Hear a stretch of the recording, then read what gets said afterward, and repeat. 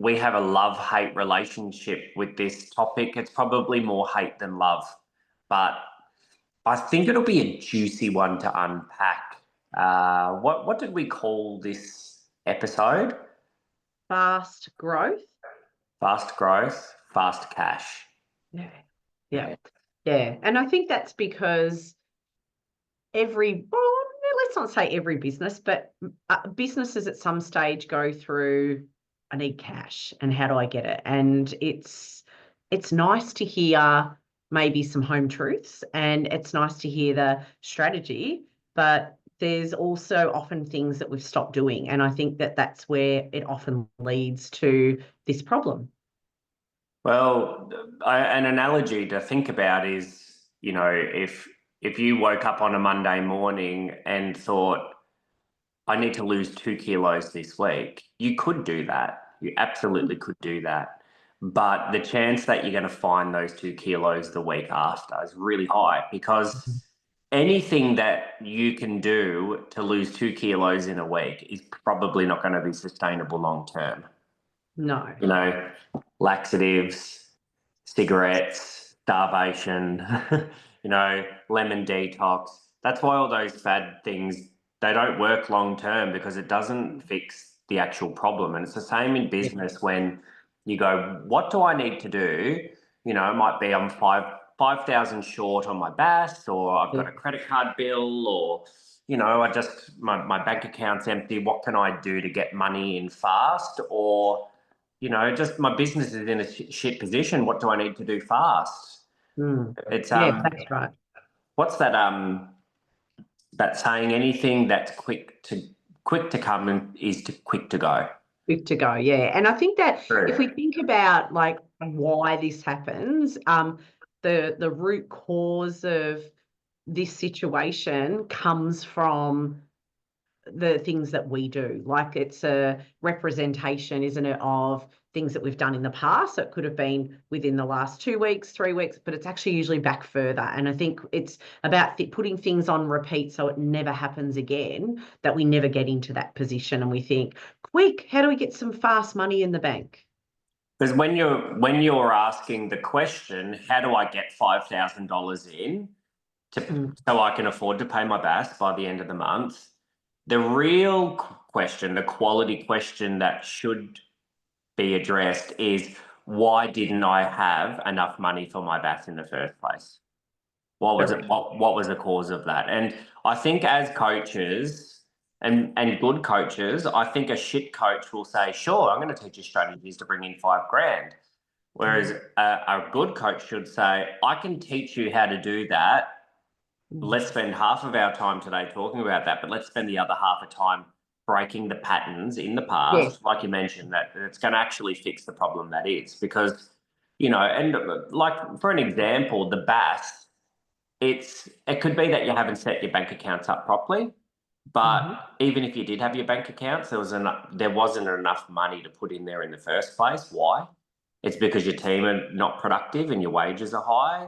It's because you pull too much money from the business personally. It's because of so many things. But let's I feel like this episode's coming down to not fast growth and fast cash, it's fix the root cause. So let's flip it back into fast growth and fast cash. But it is hard to focus on that, isn't it, Marie? Because yeah, it is. And I think that they're the deep questions that we always need to ask. And I know I was with a couple of clients over the last couple of weeks, and I've seen, lots of tax debt, and I've seen lots of, equipment leases that they've got, or loans for equipment, and they're doing one treatment a fortnight. It's costing $700 a week to repay that. And I think, well, maybe that's a strategy. Like, what strategy have you got in place to promote that service?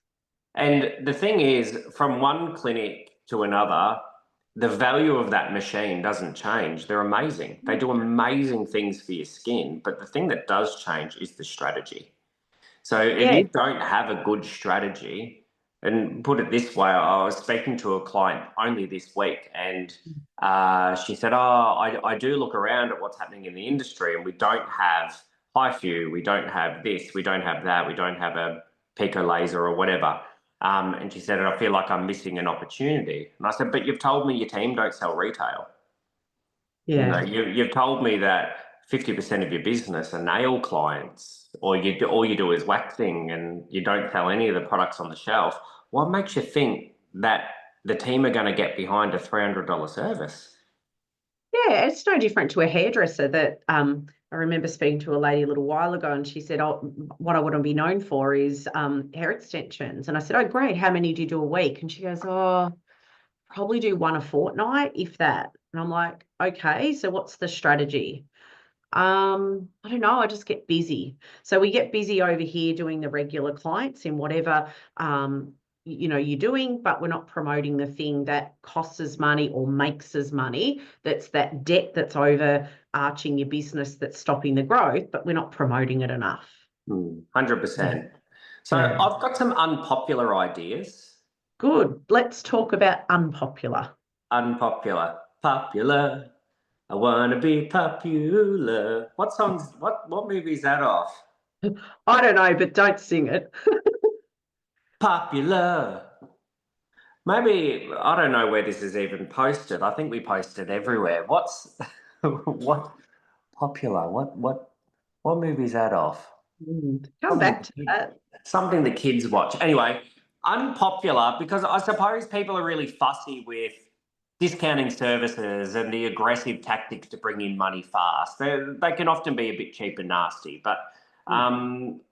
I know that they work. Do I love them? No. Is there a bigger problem? Yes. But shush and just listen to the ideas. So one of the things that I spoke to a client about this week was she she's in a spot of bother, to put it nicely, financially, and they've got an amazing skincare Yeah. brand.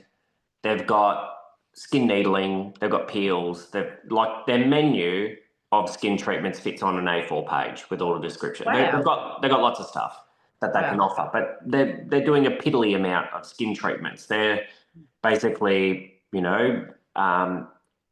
a waxing, tinting, tanning salon that is labelled as a skin clinic. And their average client spends so low, so they're booked out. They've got clients coming out their ass, but the clients aren't spending a high amount and they're discounting, blah, blah, blah. So we want more clients to come in for a skin treatment.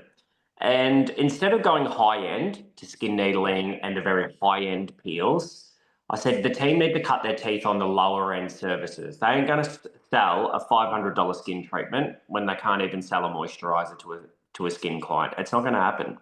Exactly. So her peels range from 130 to 200 and something dollars. Okay. There's about 4 or 5 of the peels that are around $130. I said those entry level peels are now $99 for the next 2 months. And you get a peel for $99. So you save $30, $40 on that. And you Yep. also get a complimentary observe consultation, which is Oh, valued at yeah. 65. Because Mhm. they invested $10,000, whatever it was, on a secondhand observe machine. But the Yep. problem is they're not using it. Common. And They're dust collectors, aren't they? They can be. And often I get that feedback, and it'd be interesting to hear if you've seen this, heard this before, is that, they're not, salon owners are not using the machine, the consultation machine, whether it's an Observe or whatever, they're not using it, and they charge for the consultation. And I say, do it for free. And they go, no, because we should be charging for it and valuing our worth. And I go, Mm. well, yeah, you should, but you're not. So just cut your teeth on doing it for free. You're not using it at all. Yeah, that's true. Yeah, I definitely have heard that. And I think it's like I was talking to a client a couple of days ago and she has a beauty room and she wants to promote it or get rid of it. Like it's at that point.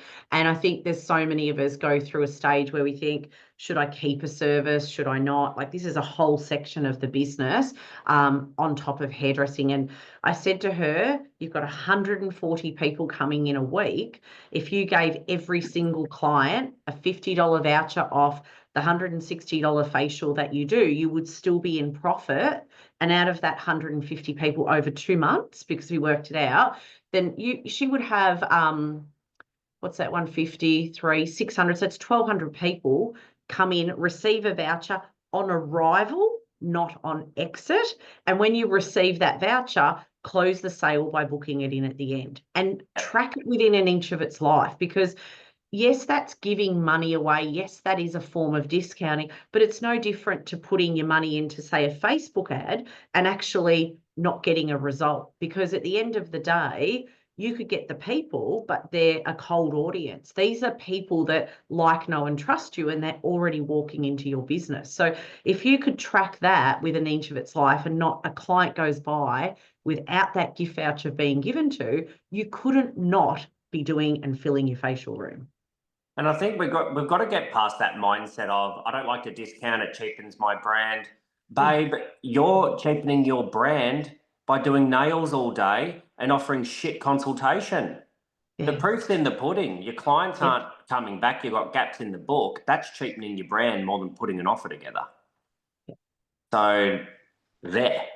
So you know that conversation, like you and I have this conversation that a clinic that you may have gone to before lockdown, a salon that you've been to, have never contacted you since the pandemic. And you think, if they just contacted you and said, we've got some new treatments, here's a gift voucher, how cool would that be? I'd think, wow, that's nice. So one of our beautiful clients, that she actually had to stop working with us before Christmas because money was that tight. We couldn't help her fast enough before she had to start to look at, cutting services, as in like coaching, which is always a bad choice, but I get it. There's certain circumstances where you do need to be aggressive with your choices. Looking at reducing teams' hours, financially, they were in a really bad position. I gave her some of these strategies, and she only contacted me in the new year, and she said, I know I'm not a client, but I wanted to reach out and let you know anyway. And I actually posted it on my Instagram story because I was so impressed with this result that I gave her that good old fashioned same strategy you're talking about. Pick a service that you want to do more of that's high end, and give all of your clients in December a voucher to redeem on that service in January. So it was a $50 voucher towards their first skin treatment for the new year. They usually do 100 skin treatments a month, okay, in a normal month. Okay, and January is typically quieter for them, so they probably wouldn't normally do 100 skin treatments in January, maybe less, but they've got 161 booked for January. Wow, nearly double. Yeah, 161 skin treatments in January already booked in. That's, and look, they're $50 in the hole, straight up. So you've got to recoup that loss. But if even half of those 161 clients show up, 80, and then only half of them rebook for their future appointment, that's 40 people paying for a full service in 6 weeks' time. Like, that's insane amount of money. Amount of money. Yeah, it's so true. And you think about, you work on like prescription, asking quality questions in that appointment. That therapist will be able to turn, or a stylist, turn that business around because they're asking the good quality questions and learning not to be scared, and building your confidence around, would you like to take that with you today? Yeah. And really thinking about recapping on their concerns to close that sale off. And that's something that needs to be learned in the client journey. So there's definitely more when it comes to just the strategy. There's some in-house training that needs to be done. There's some maybe even words individual people need to learn to be able to strategize that sale to the end. When you had your salon, did you ever do one of those days where a rep came in and they just did mini facials back to back all day, and they pay $60 and it's redeemable, blah, blah, blah, blah, blah, blah. Did you ever do those yourself? Like, as in with the rep? Yeah, absolutely. Yeah. So we would have like the rep come in, and then we'd either have a therapist doing a treatment. We've even done it in hair, where we would have someone there'd be a hairdresser or a beauty therapist doing the service. We'd have the rep talking to them. They would come in for like 6 hours. They would do the sale. We'd have front of house to be able to see it through. Rebook. We would also have like what we'd call, say, like a loss leader. So we would have a promotional card of some sort. I'm just holding this one up, but this is like, say, a little bit bigger than a business card size, and you would use that card to have like maybe 3 facial treatments, or it might be 3 forms of appointments that you would have on there, so that the client would come back to have additional services. So it wasn't a once off, it was a continual fix, or helping with the concerns of that client. And I think it's creating an opportunity for the client and letting a bulk amount of people know of the opportunity, and being okay with the no's. Because at the end of the day, even if you had your hair team working on that strategy, your beauty team working on that strategy, you still probably could only fit in, 10 to 20 people in the day. But That's right. you have to ask 400 people to get your 10 people to show up, and that's okay. But we've got to get over that rejection, because the rejection doesn't feel as uncomfortable as not being able to pay your bloody mortgage or your BAS. So I think we need to get over that. Discounting is not a dirty word if you do it tastefully and you're not doing it every week like a JB Hi-Fi catalogue. But No, well, it needs to be used as a marketing area of your marketing, and look at each quarter at what you're going to promote to do more of the services that you want to do more of. Like, yeah. you can't say that we pride ourselves on our extensions, but you actually don't do many. Or we're a blonde specialist, or we're a skin clinic, but 95% of your services are eyebrows. Yeah, Yeah. absolutely. And if you want to grow it, then we need to cross promote the clients that we've got, or we need to look outside at who can we collaborate with, who can we work with, or who can we do promotions with outside of the scope of the business to join those forces. There's many ways that you can do it with businesses around you as well.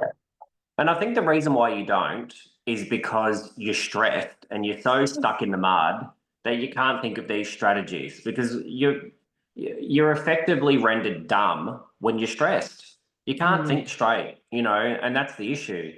Like, I think that anyone listening to this that is actually in this position that we're talking about, none of this is news to you. You've heard all of this stuff before, but you're not doing it. That's the thing. And the stress comes from, and we've both been in that situation years ago, and it's so nice not to be in it now, is having debt, whether it's through machinery, whether it's through tax office, whatever it is, and even having a conversation with someone, I think it was Monday this week, around the money that you take out of the business. So this conversation comes up quite regularly, is around, how much do you take of a wage? And we usually get an answer of 500 a week, or, oh, I don't take a wage. Okay, so how do you live? And it often comes back to, we're taking money out of the business willy-nilly, so there's no amount, it's just transactional into your own personal account, or you're using an EFTPOS card and you're just tapping your life on your business account. So regardless of how you look at that, it's like scalping the business, isn't it? But in the end, the accountant can only put so much under the rug as such, or do their accounting in a way where they can say that can go in that category and that can, but then the rest goes under wages. And what wages means is that you have to pay tax. And whether you draw it because you're a company, you're a sole trader, a partnership, you need to pay tax. Tax is something that when you have a good, solid business, no one's happy to pay it, but when you're paying it, you're making money. And when you get a tax debt that aligns with that, these are the things that stress businesses out: payment plans and credit cards and all of that. Like, if you didn't have it, you go, this is cool, but it's not. So we need to think of like strategy, implementing it, tracking it, working out what works and how do we put that on repeat and how often. Because I know that when Lisa Conway was coaching me, I said, I want out of this business, it's shit. And she said, it pays you good. I said, it pays me $1,000, but I was earning more working for wages. And she Yeah. said, it'd pay you more than 1,000. I said, it doesn't. I'll show you my pay slip, love. And she said, what about your car? Oh yeah, business paid for that. What's that? That's $250 a week. Yeah. And what else do you use the business for? Oh, a bit of this, bit of that, a couple of hundred a week on top of that. And what about super? Oh yeah, I've got to submit $200 a week super. I've got catch up to do. And do you take cash? Yeah, I'll take $200 a week. It was this, blah, blah, blah, blah, blah. It was $2,000 a week that the business was providing for me, not 1,000. So I said, oh, okay, I might hold on to this business a little bit longer. That sounds worth it when you add up all of the things. So Well, it's probably no different when you go to exit and you sell your business and you think, okay, well, that's fine. It brings in this much money. And it's the same scenario. You've got to really add up what you take out because you need to replace that at some stage. And that's why you need that accountability. And that's what we do as coaches is to get you to understand there is more money to be made. There is more, there's a better life out there for you. And you can put those things into place that maybe you're the breadwinner in your business. How do we get the team to make the money you're making? And how do we get the conversations to happen better so that you can have fast growth with every team member, not just yourself? Absolutely. And I think sometimes we blame the business. We go, there's not enough money in the account to pay the BAS or to do this and do that. And when you ask that salon owner, well, how much do you draw? What's your salary? And they say 180,000. And I go, well, you're drawing a lot of money. That's a lot of pressure on the business. Like, well done, you're earning great money, but the business can't afford 180 grand. So you need to drop your wage. And they go, well, how will I pay for the beach house, the boat, the jet ski, and, you know, the afterpay, the zip pay, the credit card, and the blah, blah, blah. And I think, well, your lifestyle's too big for your business, girlfriend. So get a sugar daddy or cut some expenses. Yeah. It's yeah, definitely. And I think that's where, you know, we often see clients and they'll say they want to take their kids to, you know, this amazing holiday, but you need to change what that looks like if the money is not there. And you need to think about if you did or you were to exit your business in whatever years that looks like or time frame it looks like, what wage or what job would you do to be able to create that same lifestyle? Because you'd either have to cut it back at some stage. Yeah, and I know. I think it's hard to make those sacrifices because you want to keep up with the Joneses. But the thing is, like, if your business has got no money in the bank, and I'm having a meeting with you, giving you all these strategies, and then you tell me, "Oh, I can't do our next meeting. I'm taking the kids to Japan for 3 weeks." I think, what the fuck are you doing? You can't. You are not in a position to be able to do that. Yeah, that's So right. it's not Japan. You've got to go to the Leopold Caravan Park. Big Yeah. four if you're lucky. Cabin if you're lucky. That's what we Well, used to do. Every September school holidays, we'd go to Torquay in my auntie's Tarago. My sister and I would sit in the back that didn't have seats and they'd say, cover yourself with the blankets, there's cops driving past, and we'd have to duck, pretend we weren't in there. And the cabin smelled like urine because obviously something yuck had happened and there's wee under the lino. But that's all we could afford. But it doesn't happen like that now. It doesn't work like that now. But you also you appreciate things when you start to break them down in your business, and then you see that there's a light at the end of the tunnel, and then your business starts to grow, your accounts start to grow. And I think all of that in a nutshell, every time you do something in your business, we need to think, is this going to make me better? Is this going to help my life? Is this going to create like a brighter future? Because often we do things just on the hop or we forget to do things because we're so busy being busy, as we say. Absolutely. Yeah. So looking at my post-it note, because we've only only spoken about one thing. I think that I think the other thing that you need to see the value of, if you're not where you want to be financially for whatever reason, you need to see the value of your database. And it's probably one of the most uncomfortable, dreary, crappy jobs that we don't want to do is to work our database. And when I say work your database, it's not about posting on social media and to your following. It's about looking at your email list, in your CRM, in Katoomba, Timely, whatever else you use, and looking at the phone numbers, looking at the people that used to visit you, grading them, top spenders, loyal clients that have drifted, whatever it may be. Yeah. And I think one idea was that one of our clients, a few years back now, she renovated in the middle of the year and she was closed for a week. And she really had her knickers in the knot that she wasn't going to bring in any money that week. And I'm like, well, that's what happens. You're renovating. Like, get over it. But she said, I want to make money that week. How do I do it? And I said, well, you want to do more keratin smoothing treatments? Let's pound the pavement. What do you call it when you're Cold calling. cold calling? Thank you. Let's get your database up. Pretend that we work at AAPT Smart Chat and bloody get calling. I shit you not. At that stage, she was doing $10,000 weeks. She made 10 grand that week in keratin smoothing sales. Closed. Closed. I love Closed. it. Yeah. And she said, I actually didn't mind it. Yeah. And I said, Yeah. well, that's your new job, love, in the call centre. And since then, she's been excellent with her marketing. She came to one of our sessions on Monday just gone, and we were talking about setting the year up. And one of the questions that we were posing was, how far in advance have you got your marketing sorted? And most people were 1 to 2 months, and she's like, mine's done for the year. I think that shifted her mindset in going, okay, my value as an owner is so valuable.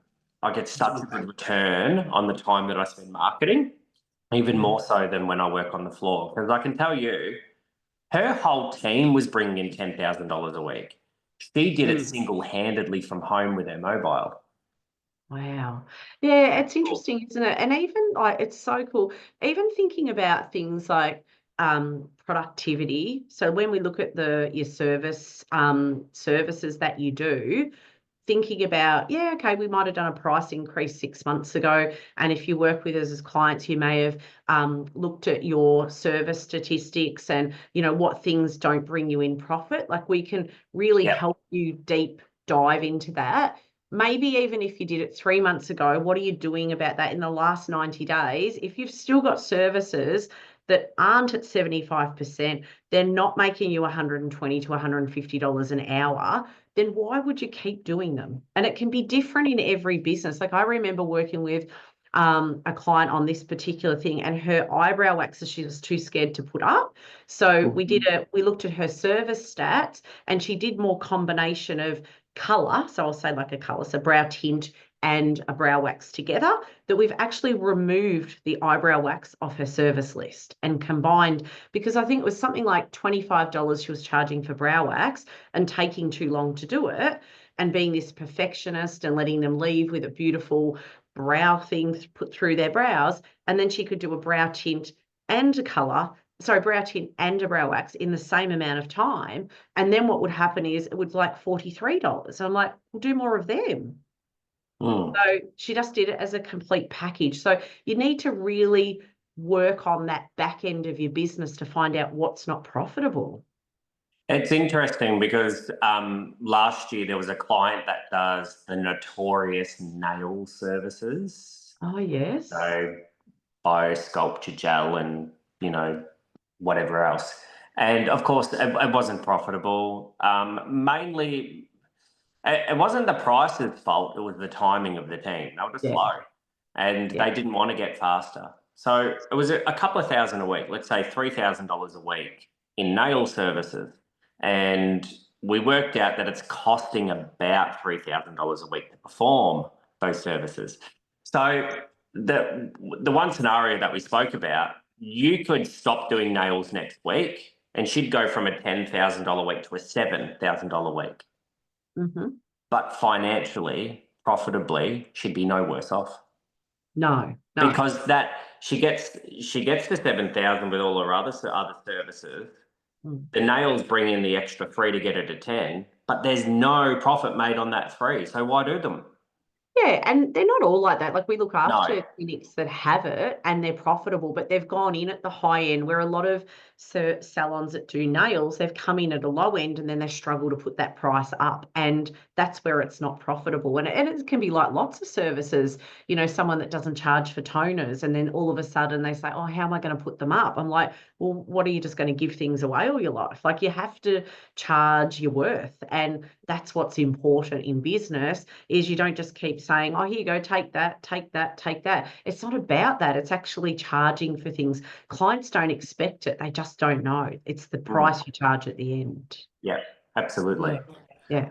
So one of the things we've got quite a few clients doing at the moment, this podcast we're recording on, what date is it? The 9th of January. So a lot of clients have kicked this off at the start of the year. We call it the lost client sweep. So what we get them to do is go back last year, which is 2024, and collect the people in your database that had an appointment in 2024 up until about October.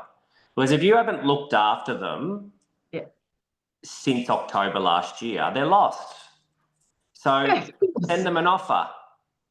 So like for us, we do this every single year in our salon. That's why I recommend to do it in our client salon because we know it works.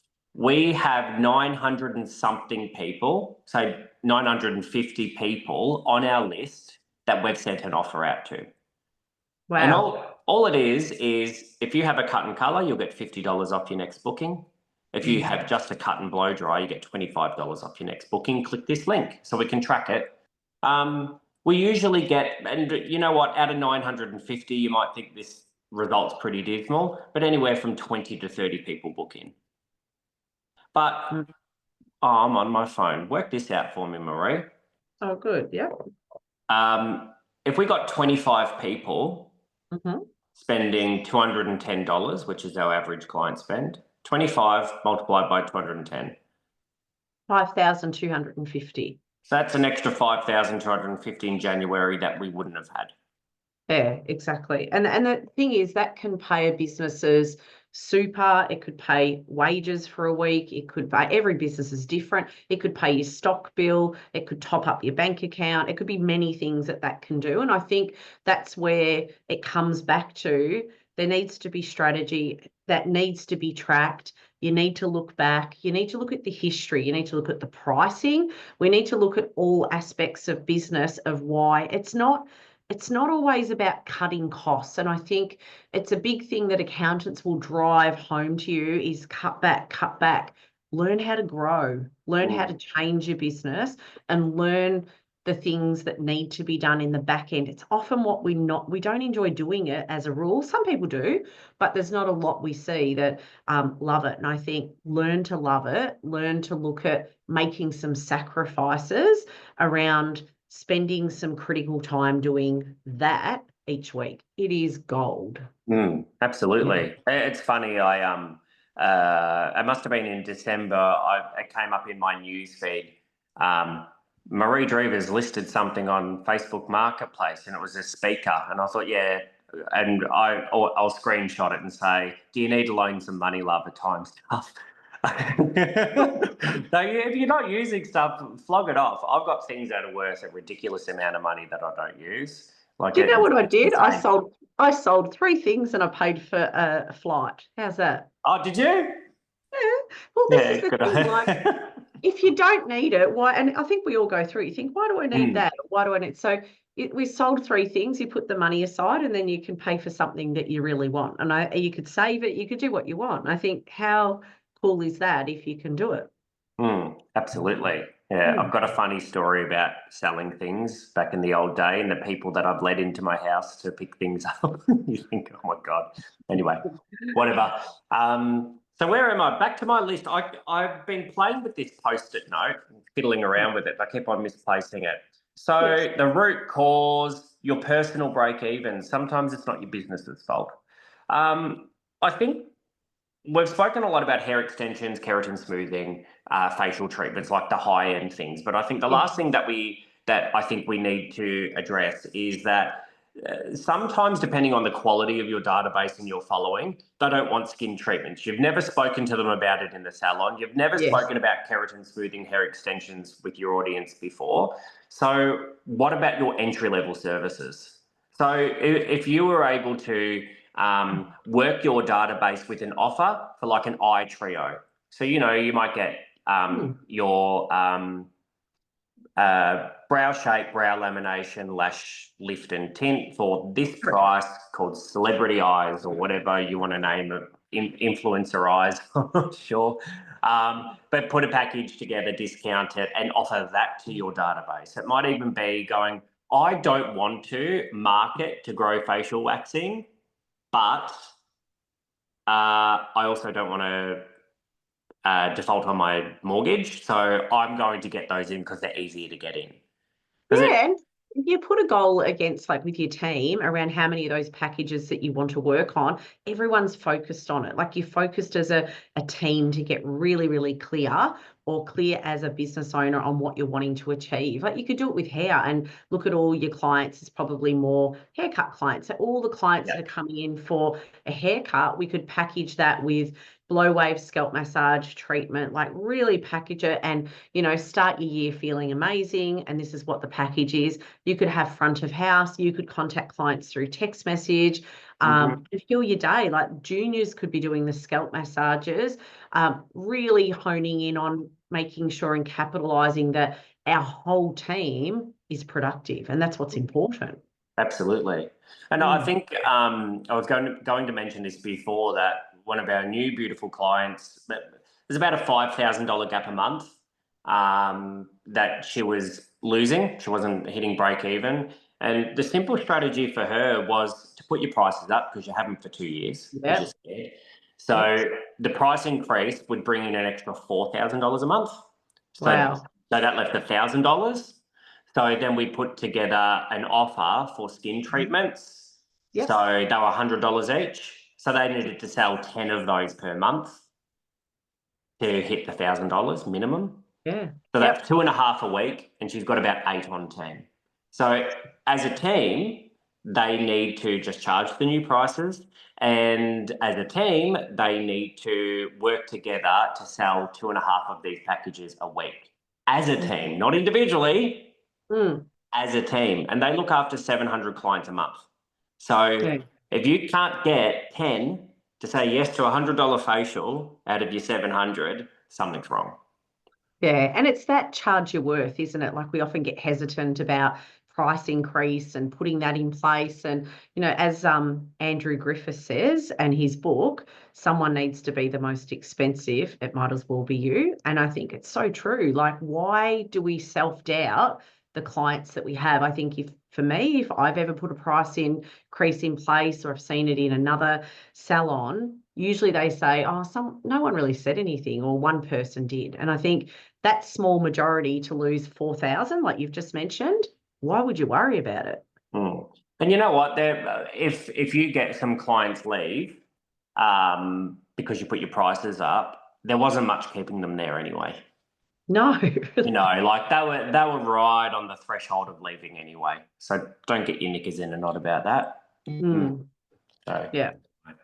Well, I think my throat's sore. Well, I think the overview of this is definitely look in the back end of your business. There's things like break even, debt consolidation, talking to tax office, looking at your loans, price increase, looking at strategies. These have been some amazing strategies, and really thinking about putting yourself in a different place and not feeling stressed. Absolutely. Like there's no new stuff here. You've got to put a good offer together and pitch it to your people. Put your prices up if you haven't for a long time, and get your money stuff sorted. Stop saying I'm not good with numbers, I'm not good with money. It's bullshit. How's that working for you? It's not. So get over it and own it and push forward, because one line that I've been saying a couple of times this week, people that are dumber than you have pulled this off. So if they can do it, you can. There's always smarter people out there. There's always dumber people than you. Dumber people have nailed this. Yeah. And And as I always say as well, it's what got you to this place is not going to get you to the next place. And if you just want to stay the same, just keep doing the same thing, but you need to change it. it's a Yeah. brick wall. Yeah. Yeah, you can't wake up another day in another week and think, I'm still in the same place. Like, why am I still doing this? So we need to do something different. And it's the one percenters, like do something that we've spoke about, which Jay said you've heard before. You have heard it before. And maybe it just sets that, yeah, I need to do that. Like, do it.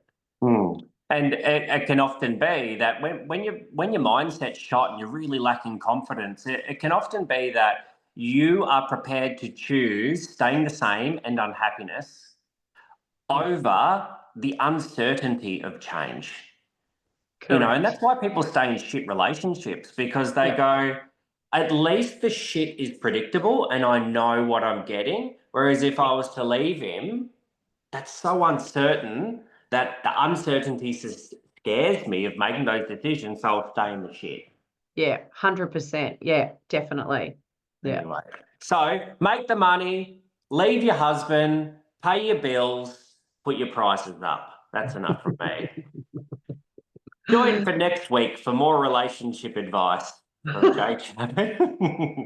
I'd be the worst relationship coach because everyone would be single. I'd be like, leave his sorry ass. Get rid of her. Find a new one. Move on. Move on. Anyway, maybe I should take my own advice. Poor Jeremy.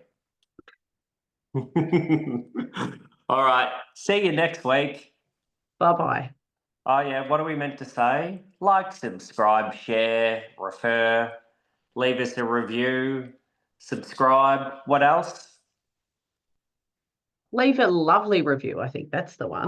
Leave us a lovely review. Yep. That'd be good. All right. See you next time.